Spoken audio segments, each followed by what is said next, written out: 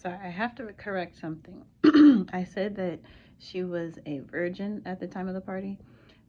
The assault that she had lost her virginity to, or mm, the experience that she felt was a normal one to lose your virginity to, had happened before all of this. So we had talked about it.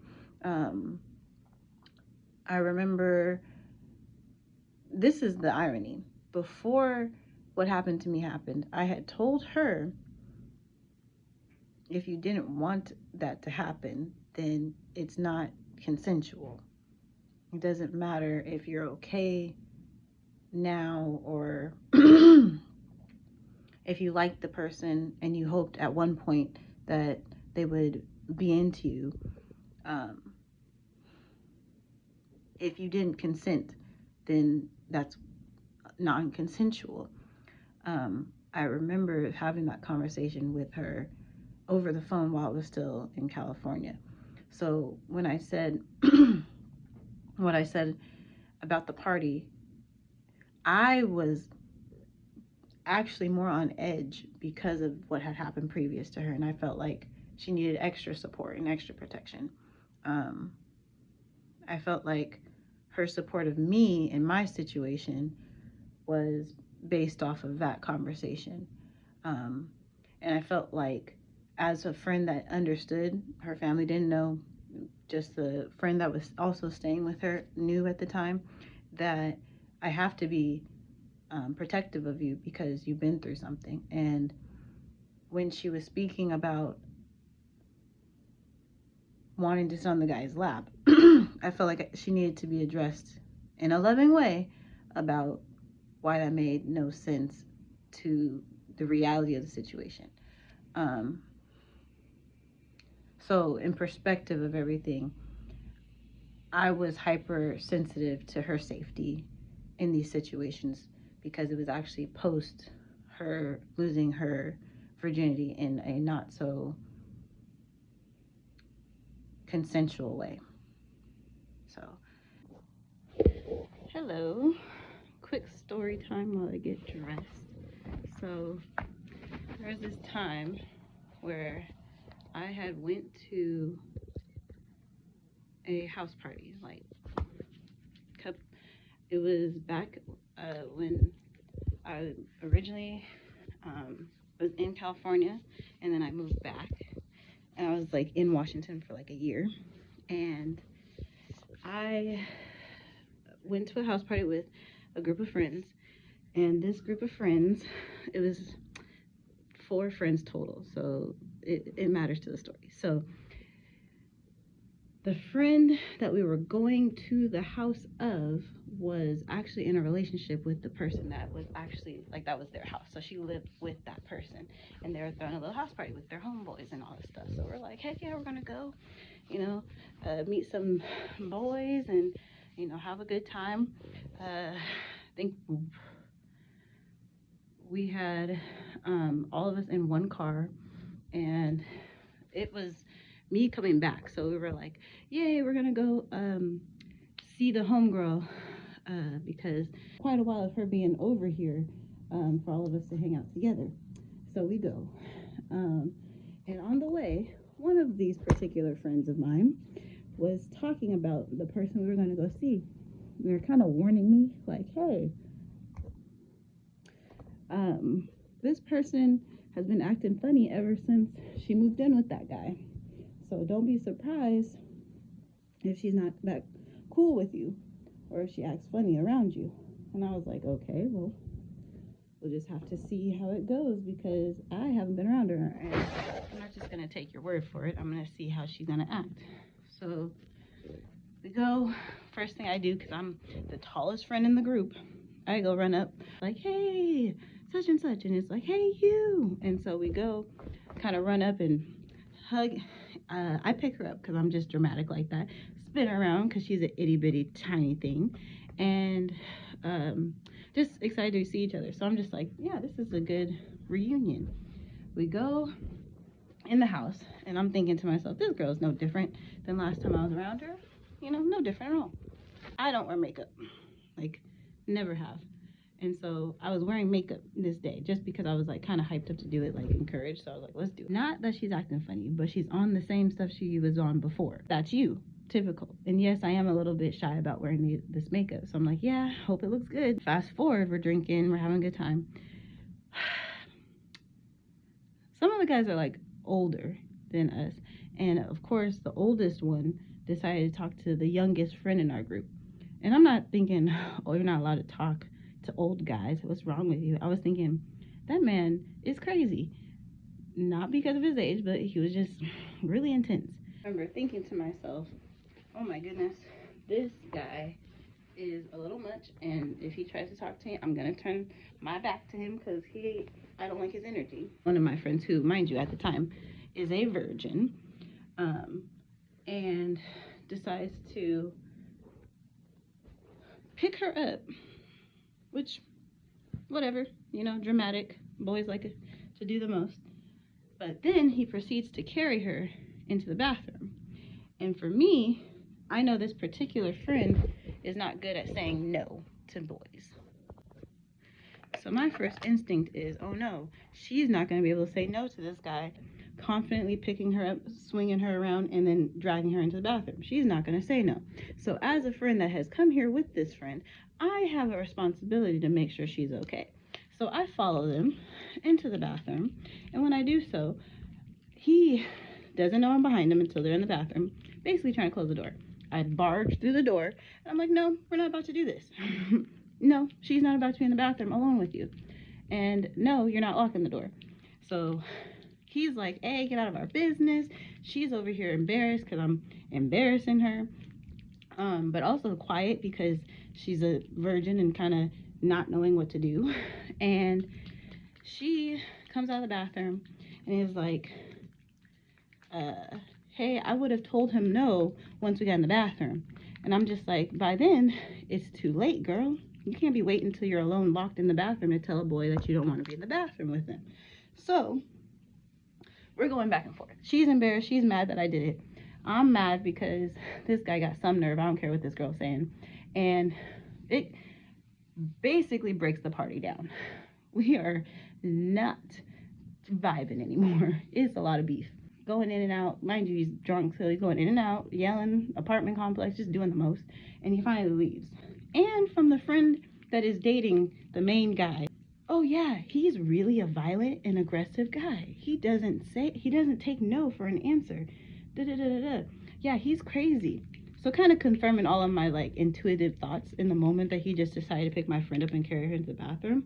I especially don't feel bad about breaking that up. I don't care what my friend is saying because he would have done what he wanted to her and she would have took it because she thought that was what things are supposed to be. Realizing it's really awkward now. Everyone's drunk. We have to kind of wait there until someone sobers up so we can get home. Eventually my friend lies and says that she's sober and takes us home. I just wanted to get out of there. So I'm like, I can't be mad because we didn't crash. I believed you when you said that you were sober.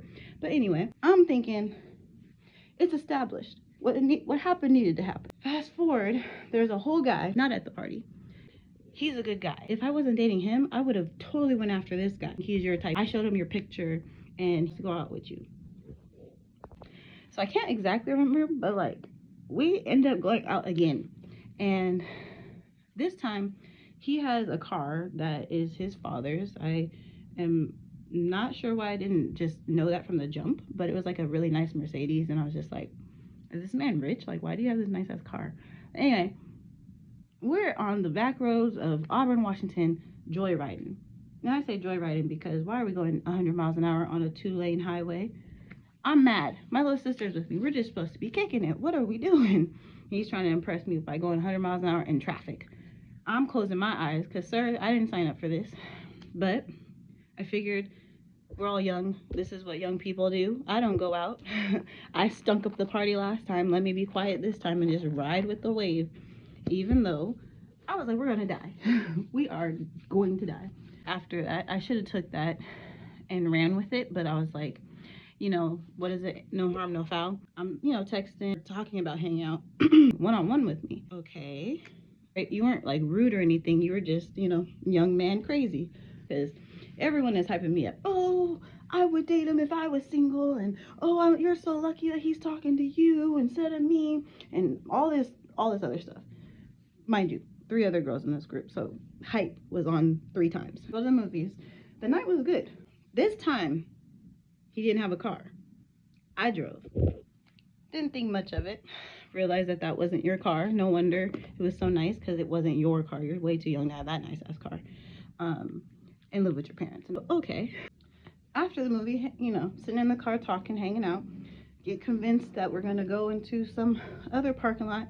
And I'm thinking, okay, we're going to the parking lot because we're gonna smoke after this movie before we go, because that's really what you do, right? So that's what smoking's for, is socializing and getting to know each other and all this other stuff, right? Heavily influenced to give this man fellatio. I tell him like 3-4 times, I don't want to. I'm getting scared. Is not taking a hint of my own shit, probably more so than the fact that I should have just cussed him out and said, like, get out the car. I'm in danger. Get out the way, and then never see this man again. That I like him because I do it, which of course you don't understand. I take him home. I let him talk to me like everything was cool, and then, you know, once he's out the car, I'm safe. At the time, I was staying with one of my friends' family, so I actually went back to her house. We were both staying at this friend's house just because both of our families were going through stuff. 1 a.m. We meet outside. They come to my car, and I'm basically smoking another blunt because I'm like, I'm stressed. They get in the car. They're like, oh, how'd it go? You know, this date they hyped me up to go on. And I'm just like, I'm a whore. Did this and I didn't want to, and I let myself do it, and I must be a whore. All the things that were ever said about me are true. I am this. And they were like, if he made you do it, then you didn't want to do it, then are you, like, you were forced to. And I was like,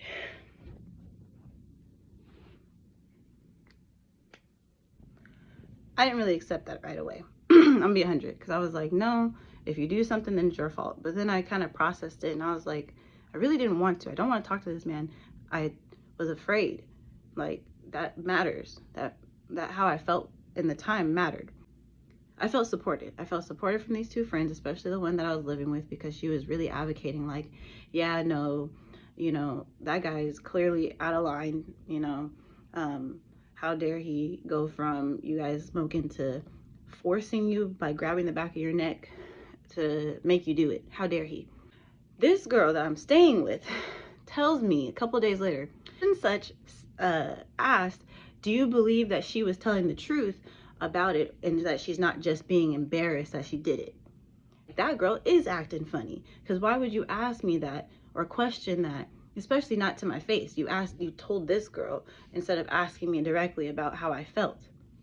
Was really angry, and I was like, clearly we're not friends anymore, because there's no reason for you to be assuming that I'm gonna lie about something like that, especially because from when I originally told the story, I felt like it was my fault. I wasn't blaming him or even the situation being anywhere out of my control until I had talked to the friend that I was staying with. So I was very frustrated about the fact that she would even question it. It wasn't until later where this kind of situation happened again, where I realized that friend never said that. Matter of fact, this same friend that wanted me to date her boyfriend's friend had told me before, when a guy that I had liked back in high school had reached out and talked to her, like told me in advance, like, hey, this guy's acting funny. Like, she's never been that kind of way. So I had to really, I was wrong. I had to come back to that friend later and say, hey, I apologize for assuming that you were acting funny, because it wasn't anything she did or anything I saw her do. It was all off of the friend that I had been staying with words. And then I processed it. You are asking me from girl with the boyfriend's perspective, because you, the one that advocated for me to accept that I had been through something, was actually the one that didn't believe me in the first place. Now at this age, realizing that this person is this way, but there's another incident. Everyone thought, oh, he's young, no one's gonna talk to him, he's younger than all of us, but he's not ugly, so good for him. We used to joke about it all the time. It's so funny how he's the youngest one, but he's the least ugly. That's how we talk about boys. Don't judge us, okay? Like, frustrated. You know, I think there wasn't any play from any of these dudes, ugly or not. She just wasn't getting play from them. And I think she took it internally, like, nobody wants me, da da da. I'm just like, there aren't any options. And I thought she understood that, but I realize now is that she internalized it like she's just not attractive. And I think that's because the person in our group that got the attention most of the time was the one that had the boyfriend, because she, not ugly, but she also was mixed. So I think that just left a stain in her conscience. So when I started getting attention, she was like, no, that just justifies it. Just because you're light skinned, these people want you. I'm not getting any, play, blah, blah, blah, blah, blah. 20, like young. Anyway, she says something like, oh, I just want to sit on his lap so bad and just snuggle in his arms. And I was just like, how do we go from his face isn't ugly to you want to do that with him? So I kind of teased her for like, why would you sit on his lap? Like, that's crazy.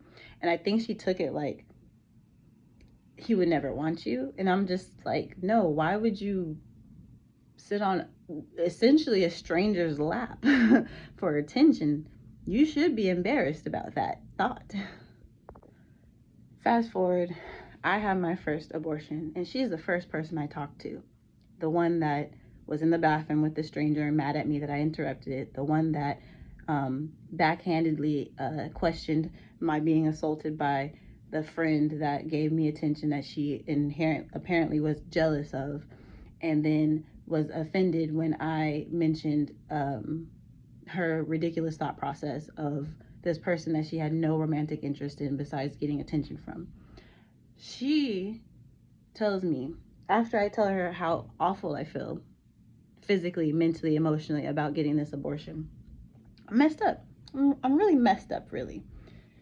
Yes, these are pajamas of my child, and they're going in the wash. So I'm going to use them to dry my head off. So shut up. Her first response, how do you feel about murdering a child? Because you killed it. And I'm just like, why would you talk to me like that? Especially after I said what I said. Definitely, I felt like I killed a baby.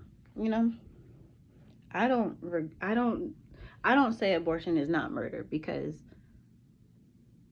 there's no way I didn't feel like I just killed a life.